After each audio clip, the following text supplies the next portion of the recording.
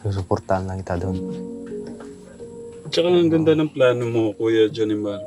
Hindi lang sa'yo, pati sa kanya. Oo. Oh, kahit na masakit sa akin. Pero tiisin na lang yung sakit. Talaga.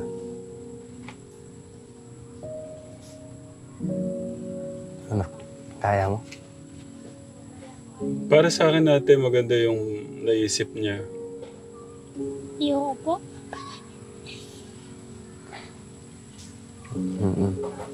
So, buti pa kasi mag-aral muna tayo. Kasi, sabi nga ni, tama nga si Tatay Ram eh, may gatas pa tayo sa bibig.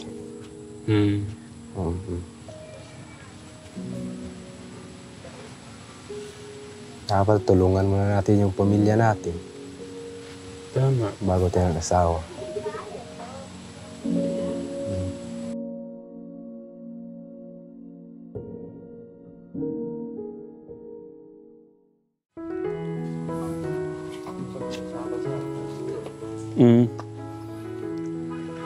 Yung sinabi mo. Sige, okay lang. Nandito ako. Ate. Baka ito na yung tamang pagkakataon. Okay. Pinakakabang po ako sa inyo ah. Ano po ba yun? Eh ano tayo kasi, part. May sasabihin sana ako eh. Tama pala si si Kuya Ram eh.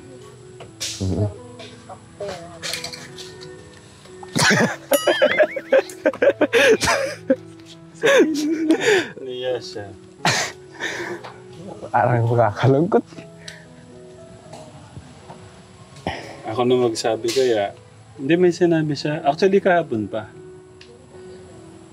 Parang pakahirap naman pagkasabihin kung ganun. Hindi, maganda nga yung maganda yung plano mo. At saka hindi lang naman sa'yo, pati sa kanya.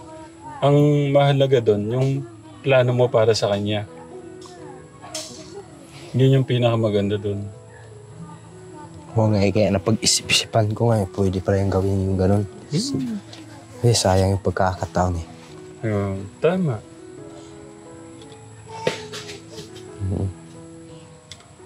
Maganda yung plano mo. Especially sa kanya.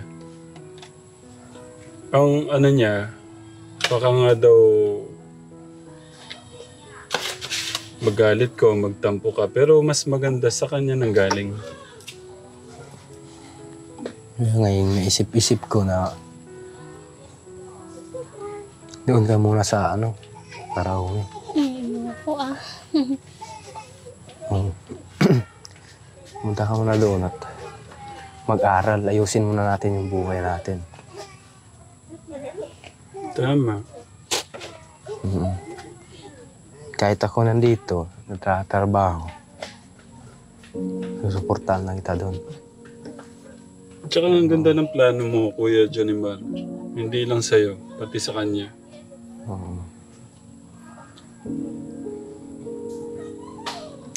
Kahit na masakit sa akin. Pero tiisin na lang yung sakit. Talaga.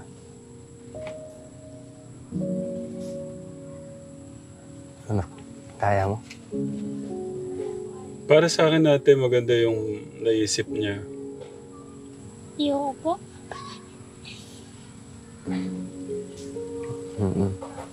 So, buti pa kasi mag-aral muna tayo. Kasi,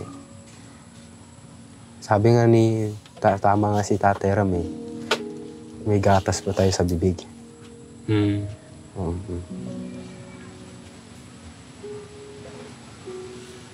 Dapat tulungan muna natin yung pamilya natin. Tama. Bago tayo nag-asawa. Buti na isip-isip mo na yung Kuya Jonimar. Kasi po, lagi po akong advice lagi. Kaya napag-isipan ko ng masyado. Pinuha ko muna yung isip ko bago ko sinabi sa asawa na pwede pala yung mangyari ng gano'n. Mali pala yung ginagawa namin eh. Wala namang masama magmahal, Kuya Jonimar. Pero sa tamang panahon. Pero naawa talaga ako eh. Parang hindi ko kaya ibalik eh. Mm. Pero pag iniisip ko talaga, pwede naman eh. Sayang yung panahon, Mm. oras, minuto. O ito, anong mapapangako mo sa kanya kung ibabalik mo muna siya? Pangako ko sa kanya eh, kahit nandun siya, nandito ako. Susuporta ako sa kanya kahit na magkalayo kami. Mm. Kahit hindi kami magkikita, mamahalin ko pa rin siya. Mm. Ate Aprilin, ang ganda ng plano ni Kuya Jonimar. Ate. Naiyak yata siya. Hindi, ang ganda ng plano niya. Ako, sobra akong natutuwa nung nasabi niya sa akin. Kasi ayoko yung may malungkot sa amin eh. Mm. Oo. Kasi pag may malungkot po sa amin, dalawa, hindi po mahihilam yung sugat pag walang gamot. Mm. Oo. Kaya kahit gaano kasakit, tiisin ko na lang. Kasi kahit si tatay rin, dyan din ang sinabi. Aral muna bago mag-asawa. At least na-open mo na sa kanya. Pero kay Ate Aprilin, anong sagot mo doon sa gusto niya? Hindi pa kapayag. Hmm. Pa hindi mo mabibigla, Kuya Jonimar. Hindi ko na siya mapipilit kasi ayaw rin niya. Hmm. Oo. Pero ikaw, gusto mo mabalik mo na siya. Mm. Pero yung desisyon niya, ayaw niya. Hindi ko siya mapilit kasi ayaw niya eh. Hindi, pwede ko siyang tulungan na ihatid sa kanila muna. Ayoko po. Ha? Naiyak siya, katekram. Pero ang ganda ng plano niya, Ate Aprilin. Paliwanagan mo pa siya, Kuya Jonimar, sa mga plano mo. Hanggang doon na lang. Oo. Kasi pag magkatapos ng pag-aaral, pasok ko ng magandang trabaho, tapos pag may anak ka, hindi ka masyado mahirapan. Oo. Nabibigay mo lahat ng kinakailangan ng mga anak mo kung anong gusto. At hindi masyado pagod sa katawan yung trabaho. Ngayon, ano yung plano mo? Ibabalik siya, tapos ikaw, paano yung plano mo? Mag-aaral ka na din ulit? Hindi. Magtatrabaho ka lang? Hindi rin. Oh, ano? Uuwi doon sa amin. Kahit nandoon ako, kailangan ko siyang suportahan. Akala ko magtatrabaho ka. O, Kaya trabaho. mag-aaral ka. Hindi na, siya na lang. Yung ano mo, parang sa kanya lang. Oo. Makapag-aral lang siya. Kumbaga, isa-sacrifice mo na lang sa'yo. Doon sa ano niya, Oo. future niya. Ang ganda. Ate Aprilin, promise, ng plano niya. Pero magkalayo po talaga kami. Dito siya, tapos Mindanao ako. Sacrifice is love. Ibig sabihin, mahal mo siya. Kaya sasakripisyo mo yung nararamdaman mo. Ano? Hatid kita bukas? Oh, paano to? Isang sagot niya. Hindi. Hindi talaga. Hindi mo mabibigla. Mamaya, pwede kayo mag-usap ulit. Bukas. Kahit ilang beses ka po kami mag-usap ay. Ha? Kahit ilang beses po kami mag-uusap ng gano'n, hindi pa ako papahatid. Ano yun, Ate Aprilin? Kahit ilang beses pa po niya yung sabihin, hindi pa ako papayag. Bakit naman? Sayang yung ano. Sayang pagkakataon, Ate. Hindi ako naman mag-aaral. Pero gusto ni Jonimar, mag-aaral ka muna. Para sa akin siguro, sundin mo muna yung gusto niya. Tingnan mo pagka sumunod ka doon, no, Kuya Jonimar, yung Opo. future, hinandaan niyo muna lahat bago kayo magsama ulit. Napakaganda ng muling pagsasama nyo. Pero ayaw talaga yung papay. Isa lang yung ano ko rin doon. Hindi naman niya gusto. Nabalik ko siya muna. Ayan. Ayan.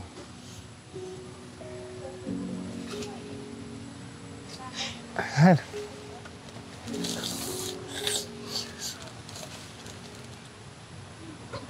Ayan. Prank lang yun eh. Prank lang yun oh. Hindi naman kita sasuli eh.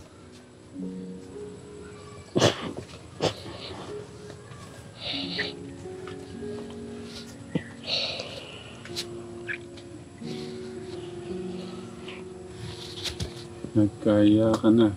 Tekram.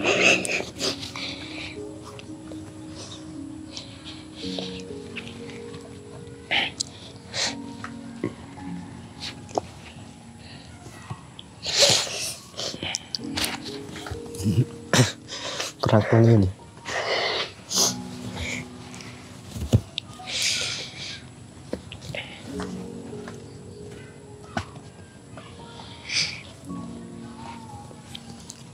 Yun na.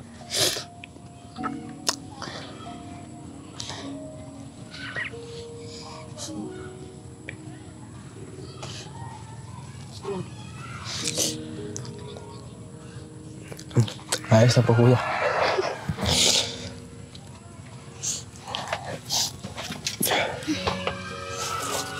Ala ko, totoo. Prank lang yun eh. Si kuya kasi nagsabi. Ba't mo sinabi agad? Kuya Junimar. Hindi ko na kaya eh. Hindi ko na talaga kaya. Kaysa maluha pa ako ng napakadami. Kasi ayaw ko kasing may masaktan sa aming dalawa eh. Ayaw na iiyak pa ulit. Oo. Aray. Kasi mahal namin yung isa't isa talaga eh. Pag iiyak ako, iyak din siya. Pag iiyak siya, iyak din ako. Parang ganun lang kaming dalawa. Hindi ba natin pwedeng gawing totohanin yun? Hindi po eh. Hinayang naman ako dun sa ano na. Prank lang nga yun eh. Kahit prank lang nga, naiyak na ako eh. Hindi kaya talaga eh. Ano eh. Totohanin na lang natin yung prank mo. Para hindi talaga ayaw niya. Oh, diba? Ayaw ko rin. Ano yun eh, nakakadena at nakakandado. Nakakadena at saka Kandado. nakakandado. Eh nga, sabi nga nila eh. Eh, susi ako dito. Hindi naman pwede, kasi ano ito eh. Yung the remote. May remote. May remote ako dito. Huwag na. Nasaan yung remote? Oh, meron na akong pang ano, pamputol. Hindi rin kaya yan eh. Dito. Ba, Welding. makapal ba? Welding. Welding. Naku, wala na akong magagawa dun pagka may welding pa. Kasi ganito yung sinabi ng ano, ng nanay niya sa akin. Yan, nagsama na kayo. Hindi yan bastang sinain na pag napasok ka, basta mo lang iluluwa. Di ba? Parang ganun. So, nag-iwan na siya ng isang salita. Sabi ba? Kaya yun ang pinag-aawa ko talaga masyado. Hindi ko nabibitawan yung salitang yun. Anong naisip mo? Baka pagka nag-aaral ako, iniwan ko siya, baka magkaroon ng iba, ganun ba? Wala po. Hindi ganun. Ayaw mo lang na talaga magkahiwalay na kayo. Ito kasi mapapanood ng mga bata to, gaya nyo kasing idaran nyo. Ano yung gusto nyong ipayo sa kanila? Kayo ko lang sa kanila na huwag na gayahin yung tulad namin. Ganun na. Bakit ayaw nyong gayahin yung tulad nyo? Kasi pag gagayahin lang yung tulad namin, mahirapan talaga sila pag walang diskarte. Tama. Inuna yung Tamis, hinuli yung... alat. Ano ba yun? Inuna yung tamis, hinuli ang pangarap. Ito muna ang tanong ko. Kumusta yung experience? Pangalang araw to? Tatlo. Pangatlong araw. Kumusta yung experience sa paggawa nating bahay? Ayos lang. Nakakaano sa, sa panloob talaga. Mm. Sobrang saya na nakakatulong ka. Tama. Oo. Bakit Iba kasi yung yung may sahod na siya, nakakatulong pa siya. Hindi, actually, Katekram, ayaw naman. Siyempre bilang naman, parang gusto ko lang din naman parang kahit extra, meron nung siya. Kahit, Nung first day niya, binigyan ko ng 2,000 na nung ginawa niya. Bili kami. Wala siya ng Kalan. Kaldero. Oh, congratulations. Mabait. Kutsilyo. Kutsilyo, nasaan? Yes. Oo. So, yung sandok. Sandok. Yes. Ito, bago nga. Tama. Sandok. Nasaan yung sandok? Ito. Dalawa. Ano pa? Tapos yung niya. Okay. Salamin. Niya. Kukumputin ko. Magkano yung kaldero? 300. 300. Kutsilyo. 75.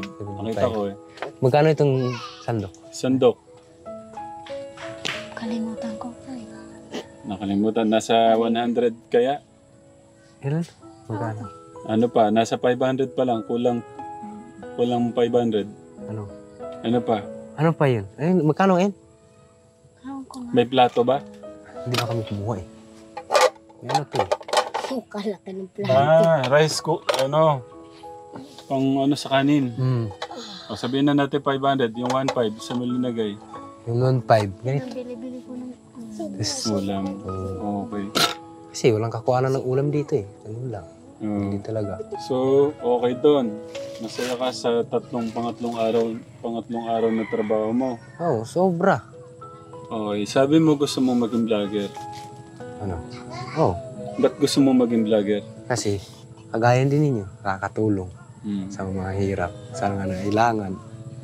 Oo. At mabawasan din yung nila, kunting hirap. Oo. Bibigyan sila ng magandang tulugan. Oo. Yung hindi naman siguro gaano magandang buhay na binigyan. Pero nakakatulong din. Okay. Kasi, bago ka papasok sa ganyan, kailangan may budget ka talaga. Kasi saan ka naman kukuha ng budget pangbili ng kinakailangan nila? Para magawa yung bahay na, katulad yan. Bili sila ng yero. Gusto mo talaga maging vlogger. Oo. Tapos sabi mo, di ba parang ang hirap, ano yung pantutulong mo? Ganito, ang magandang gawin mo, yung prank mo kanina, totohanin mo muna. Hindi naman pinakamahirap. Hindi ko talaga magawa. Okay, ayaw mo man sa ganon. Oo. Mag-ALS tayo. Grade 2 ka, di ba? Grade 2. Ilan? Grade 9 eh. Grade 9. Oo. Kahit man lang matapos mo yung grade 12. At least kahit pa paano, medyo malawak na yung Di ba minsan, pagka sabi ko, mag-vlog ka, minsan parang na-stack up ka. Kakabahan ako eh. Kung ano yung sasabihin ko. Ibig ko sabihin, yung experience mo na grade 10, 11, 12, malaking bagay yun para mas matuto ka pa. Ngayon, kung mag-aals, mas maganda. Tapos tsaka na kita tutulungan dun sa gusto mong yung pag-vlog. Pag-isipan mo na mabuti. Kasi kung magsisimula ka mag-vlog ngayon, paano ka magsisimula? Tanong mo. Madali lang yung suportahan kita. Kumari bilang kitang cellphone, bigyan kitang budget pang Madali lang yun eh. Ang kagandahan kasi nung nakatapos ka muna kahit grade 10, 11, 12, mas lalawak yung kaalaman mo muna. Experience. Sa ngayon, kailangan yung mag-sacrifice talaga. Whether si ate, ibabalik mo muna siya, mag-focus siya sa pag-aaral at saka ikaw. Gaya nito, naghihintay lang kayo maghapon. Walang nangyayari, buti nga. Naisingit kitang mag-labor. Pagka ganito lang ang buhay, mahirap talaga. Tititigan lang kayo. Sa ngayon talaga, wala pa kayong malinaw na plano, di ba? nandun pa kayo sa Cloud9 pa, nasa Alabama pa kayo. Kahit ano natin dito katekram. Pero sabi ko nga, kasi marami ding mga katekram natin, mga titas, nanghinayang talaga. Nanghinayang sila sa'yo, sa kanya. Walang masama, inuulit ka, walang masamang magmahal. Pero nasa tamang panahon, pag ready na kayo, mas okay. Pag-isipan nyo, iyan nyo sa ano nyo. Kung ano nga, yung prank mo kanina, kung maganda to, tinutuwanan mo na lang. Hindi na lang po. Ano yan? Hindi talaga itutuhanin eh. Kahit pa paano. Okay, anong gagawin mo sa sahod mo ngayon, Kuya Johnimar? Bili lang itak po. Itak. Ba't itak? Oh, kasi Pag hindi na po kayo dito nag-ano sa kanya, mga pag po papasok may nag-ano itak po, putol. Okay. Kailangan talaga no, sa trabaho, no? Oh. Ngayon tang oras, uwi na kami. Kaya po yung mga trabahador niya. Mm. Tapos pangkuha ng kahoy. Kailangan talaga yan. Magagamit yan eh. Parang mga anak ko lang to, katekra. Mga 16 pa lang, oh. Ako nararamdaman ko yung awa sa inyo. Hindi ko alam kung nararamdaman nyo yung awa ng bawat isa sa inyo. Kakaramdam kami ng awa. Ako kasi, linawin ko Hmm. para ko na kayong mga anak, naawa ako dahil ganyang edad nyo, ganito kahirap na yung sitwasyon nyo. Wala pa kayong anak niyan. Ano yan, labo? Ito yung sahod mo ngayon. Nabigyan ko na. So, pang ano lang, para madagdagan yung ano. Okay. Salamat mo kuya nito. Welcome. Salamat din. Welcome, ate. Basta, sana yung prank ni Kuya kanina, kung ano mas maganda, tatawanin natin. Pag, Ayan po. oh, kahit ano sasabihin mo talaga dyan.